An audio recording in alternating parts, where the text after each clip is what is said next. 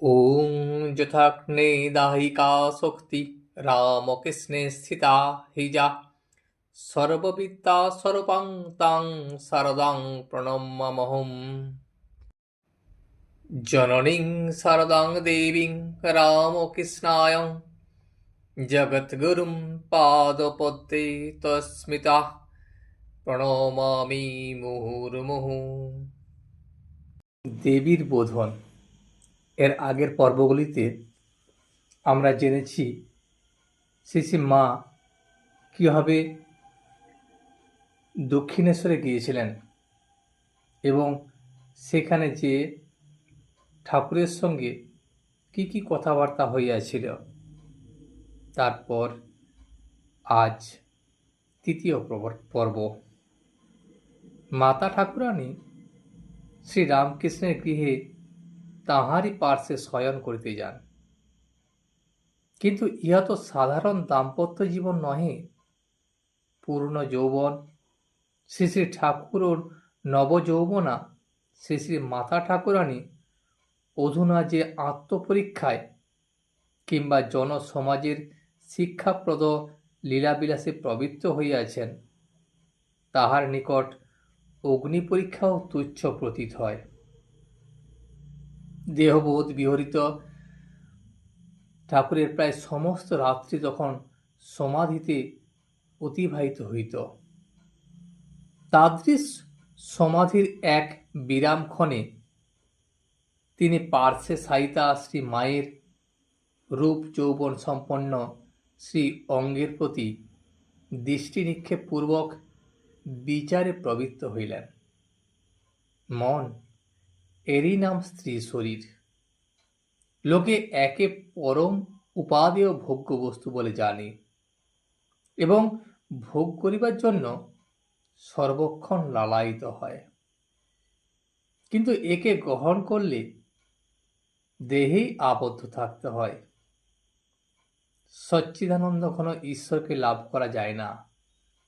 ভাবের ঘরে চুরি করো না, পেটে একখানা মুখে একখানা রেখো না।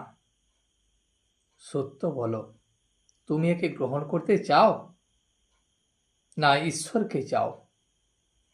যদি একেই চাও তো এই তোমার সম্মুখে রয়েছে, একে নাও। এইরূপ ঠাকুর বিচারপূর্বক ওই অঙ্গ স্পর্শের জন্য হস্ত প্রসারণ করিবা মাত্র মন সহসা কুণ্ঠিত ও উচ্চ সমাধিপথে ধাবিত হইয়া বিলীন হইয়া গেল। সে রাত্রে আর সাধারণ ভূমিতে নামিয়া আসিল না। পরদিন বহুক্ষণ ঈশ্বরের নাম শ্রবণ করাইয়া তাহাকে ব্যবহারিক জগতে নামাইয়া আনা সম্ভব হইল। শ্রীমা একাধিক ক্রমে 8 মাস ঠাকুরের সঙ্গে এক শয্যায় শয়ন করিয়াছিলেন। তখন ঠাকুরের মন যেমন ঊর্ধ্বলোকে বিচরণ করিত, মায়ের মনও তেমনি এই আরাধ্য দেবতার ধ্যানে নিমগ্ন থাকিত। সুতরাং কাহারও মনে ভোগ স্পৃহার অবকাশ ছিল না।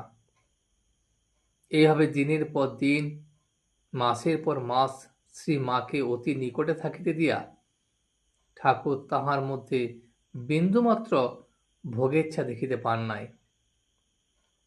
তাই পরবর্তীকালে ভক্তদের নিকট এই পবিত্রতা স্বরূপিণীর মহিমা খ্যাপন করিয়া বলিয়াছিলেন, ও যদি এত ভালো না হতো, আত্মহারা হয়ে তখন আমাকে আক্রমণ করত, তাহলে আমারও সংযমের বাঁধ ভেঙে দেহ বুদ্ধি আসত কিনা কে বলতে পারে।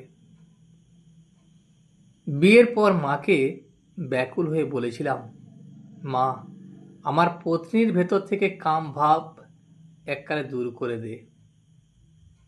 ওর সঙ্গে একত্রে বাস করে এই কালে বুঝেছিলাম মা সে কথা সত্য সত্যই শুনেছিলেন। লীলাচ্ছলে ঠাকুর যাহাই বলিয়া থাকুন না কেন, আমরা কিন্তু জানি না আত্মতৃপ্তি, আত্মরতি ও আত্মক্রীড় শ্রীরামকৃষ্ণের কোনো অবস্থাতেই সংযমের বাঁধ ভাঙিবার সম্ভাবনা ছিল না। এবং সাক্ষাৎ জগদম্বা শ্রী মায়ের পবিত্রতার জন্য অপরের নিকট প্রার্থনার প্রয়োজন ছিল না। তথাপি আদর্শ স্থাপনের উদ্দেশ্যে ঐরূপ লীলাবিলাস হইয়াছিল বলিয়া লোক কল্যাণার্থ সেই অতি গোপনীয় তথ্য প্রকাশ্যে বলা আবশ্যক ছিল। স্বামী ও স্ত্রী পরস্পরকে ঘনিষ্ঠতম রূপে জানেন, সুতরাং লোকদৃষ্টিতে শ্রী মায়ের বিষয়ে ঠাকুরের ও ঠাকুরের সম্বন্ধে শ্রী মায়ের সাক্ষ্য প্রদানের একটা নিজস্ব সার্থকতা আছে। অন্য বহুভাবে ও বহু কথার ছলে শ্রী মায়ের সহিত ঠাকুরের সম্বন্ধ প্রকটিত হইয়া থাকিলেও ওই অভিব্যক্তির ধারা পরিপূর্ণতা লাভ করিয়াছিল ষোড়শী পূজায়। সে পূজার তাৎপর্য ঠাকুরের দিক হইতে আলোচনার স্থান ইহা নহে, মায়ের দিক হইতেই আমরা ইহা বুঝিতে চেষ্টা করিব। ক্ষুদ্র বালিকাকে ঠাকুর পত্নীরূপে গ্রহণ করিয়াছিলেন। কামারপুকুরে অবস্থানের সুযোগে তাহাকে তীব্র প্রেমের আস্বাদন প্রদান করিয়াছিলেন এবং কামারপুকুর ও দক্ষিণেশ্বরে তাহাকে লৌকিক ও দেবজীবজনিত অপূর্ব সম্পদ রাশিতে ভূষিত করিয়াছিলেন। অধুনা নারীর দেবীত্বের উদ্বোধনের সময় সমাগত, যাহাকে ঠাকুর অতঃপর স্বীয় লীলা সম্পূর্ণ পূরণের জন্য রাখিয়া যাইবেন, তাহাকে অন্তরের পূজা প্রদানপূর্বক নিজ সকাশে ও জনসমাজে সম্মানিত ও মহিমমণ্ডিত এবং সেই দেবীকে স্বীয় শক্তি বিষয় অবহিত করার প্রয়োজন ছিল। এই জন্যই ষোড়শী পূজার আয়োজন। শ্রী মায়ের প্রথমাগমনের পর তাহার সহিত কিছুদিন এক শয্যায় শয়ন করিয়া ঠাকুর তাহার পবিত্রতা সম্বন্ধে সম্পূর্ণ নিঃসন্দিগ্ধ ছিলেন।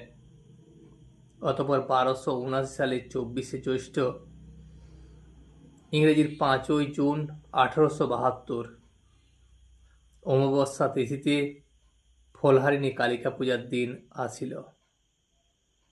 আজ রাত্রে শ্রী শ্রী জগদম্বাকে তাহার ষোড়শী শ্রীবিদ্যা বা ত্রিপুরা সুন্দরী মূর্তিতে আরাধনা করিবার আগ্রহ শ্রী শ্রী ঠাকুরের মনে জাগ্রত হইয়াছে। কিন্তু পূজার আয়োজন মন্দিরে না হইয়া ঠাকুরের অভিপ্রায়ানুসারে গুপ্তভাবে তাঁহারই কক্ষে হইয়াছে। এইসব কার্যে ঠাকুর হৃদয়ের সাহায্য লইতেন, কিন্তু হৃদয় আজ কালী মন্দিরে বিশেষ পূজায় ব্রতী, সুতরাং তিনি ঠাকুরকে যথাসম্ভব সাহায্য করিয়া মন্দিরে চলিয়া গেলেন। পরে রাধা গোবিন্দর রাত্রিকালীন সেবা পূজা শেষ করিয়া দীনু পূজারী ঠাকুরের ঘরে আসিয়া অবশিষ্ট আয়োজনে মন দিলেন। পূজাদ্রব্য সমস্ত যথাস্থানে সজ্জিত হইল।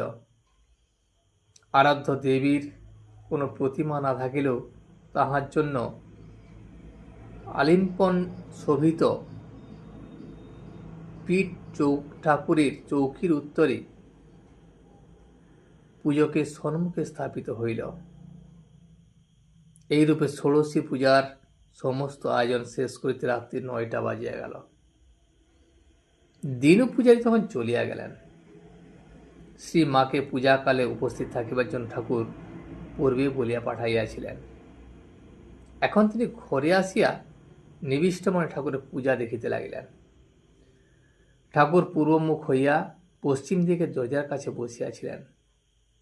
মন্ত্রোচ্চারণ সহকারে পূজা দ্রব্য সকল শোধনের পর তিনি যথাবিধি পূর্বকৃত শেষ করিলেন এবং শ্রী মাকে নির্দিষ্ট পীঠে উপবেশনের জন্য ইঙ্গিত করিলেন।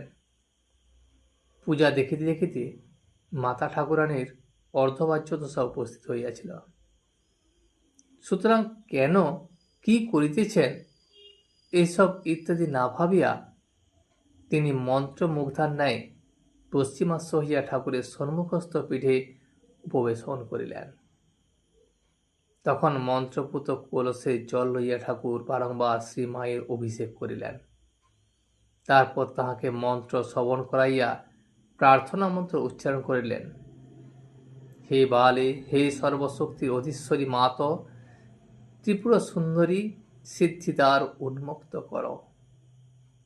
ইহা শরীর মনকে পবিত্র করিয়া ইহাতে আবির্ভূত হইয়া সর্বকল্যাণ সাধন কর।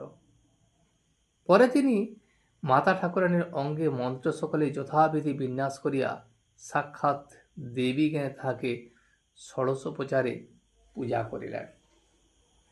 তারপর পূজান্তে ভোগ নিবেদিত হইল। অবশেষে পূজক নিবেদিত মিষ্টান্নাদির কিয়দংশ স্বহস্তে তুলিয়া লইয়া দেবী শ্রীমুখে প্রদান করিলেন। দেখিতে দেখিতে বাহ্য জ্ঞান শূন্য শ্রীমা সমাধিস্থ হইলেন। ঠাকুরও অর্ধবাহ্য দশায় মন্ত্রোচ্চারণ করিতে করিতে সমাধি রাজ্যে চলিয়া গেলেন। সে ভূমিতে আত্মসমস্ত পূজক ও পূজিতা আত্মস্বরূপে পূর্ণভাবে একীভূত হইলেন।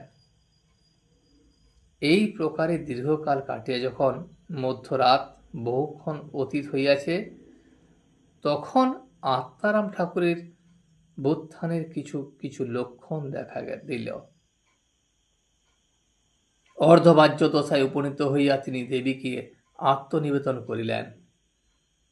অনন্ত আপনার সহিত নিজ সাধনার ফল এবং জপের মালা প্রভৃতি সর্বস্ব দেবীর শ্রীচরণে চিরকালের জন্য বিসর্জন দিয়া মন্ত্রোচ্চারণ করিতে করিতে তাকে প্রণাম করিলেন।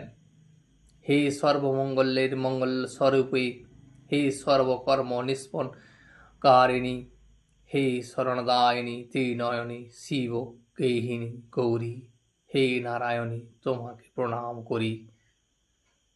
তারপর পূজা সমাপ্ত হইল।